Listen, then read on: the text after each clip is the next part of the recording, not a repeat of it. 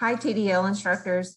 I know you have concerns about setting up your virtual contest area for district conference, but I hope this video will help you understand how simple it is for your students to compete in districts in a virtual setting. So in this diagram, what you can see is there's two cameras. First, you have a primary camera that's going to be focused on your student.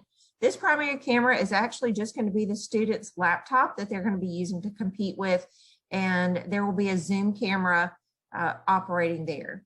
The secondary camera is going to be behind the student, but it will show us an area that includes the contestant and the proctor. I know that may be a little bit difficult to understand from this diagram. So what I did, went to the Elmore County Technology Center and visited Mr. Warren's classroom, and a couple of his students allowed me to use them as models to demonstrate just exactly how this is going to work in an actual classroom. Supervision and just for safety, you'll have a proctor that is near the student but not in front of the student. The proctor should not engage with the student unless the contest judge asks for some kind of clarification. And then you should have your student. Notice that the student is placed against a wall and there is no resource information available in the classroom. Area is you're going to have your instructor should be there for supervision and just for safety. At the beginning of the contest, the judge will ask you to provide a 360-degree view of the room, and that is to ensure that there are no interference, no additional material, and that the room is secure.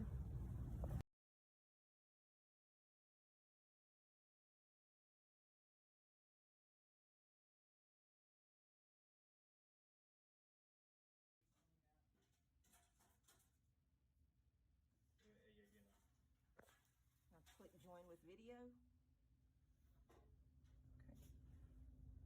Okay. All right. You click admit. Make sure that you join with audio and video. This is one possible opportunity for your secondary camera. You can use a tripod, but as you saw in the previous clip, a stack of books is just as efficient. There we go. Okay.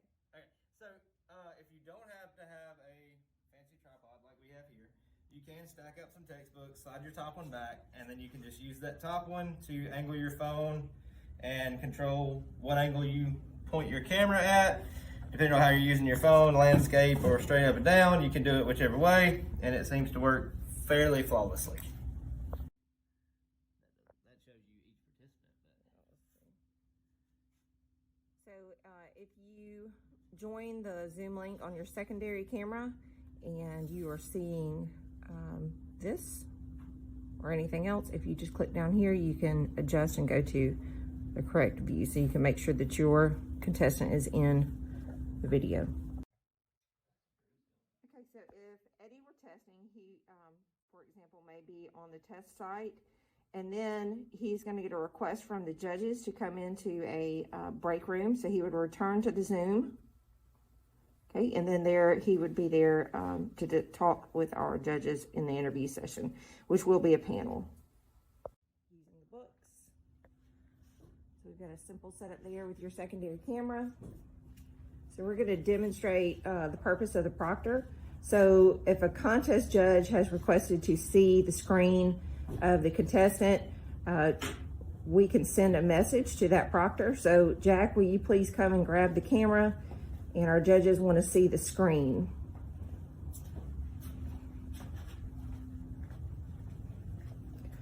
Okay, so doing that, our proctor is verifying for us that Eddie does not have any other pages open on the screen, so he is not using any other resources to compete. That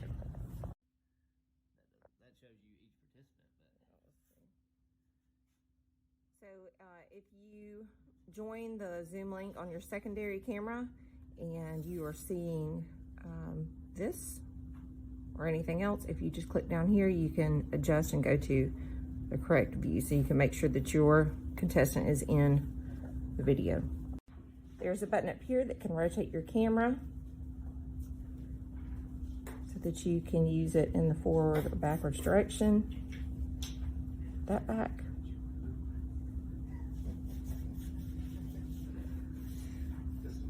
Make sure that the video is on. So if I put,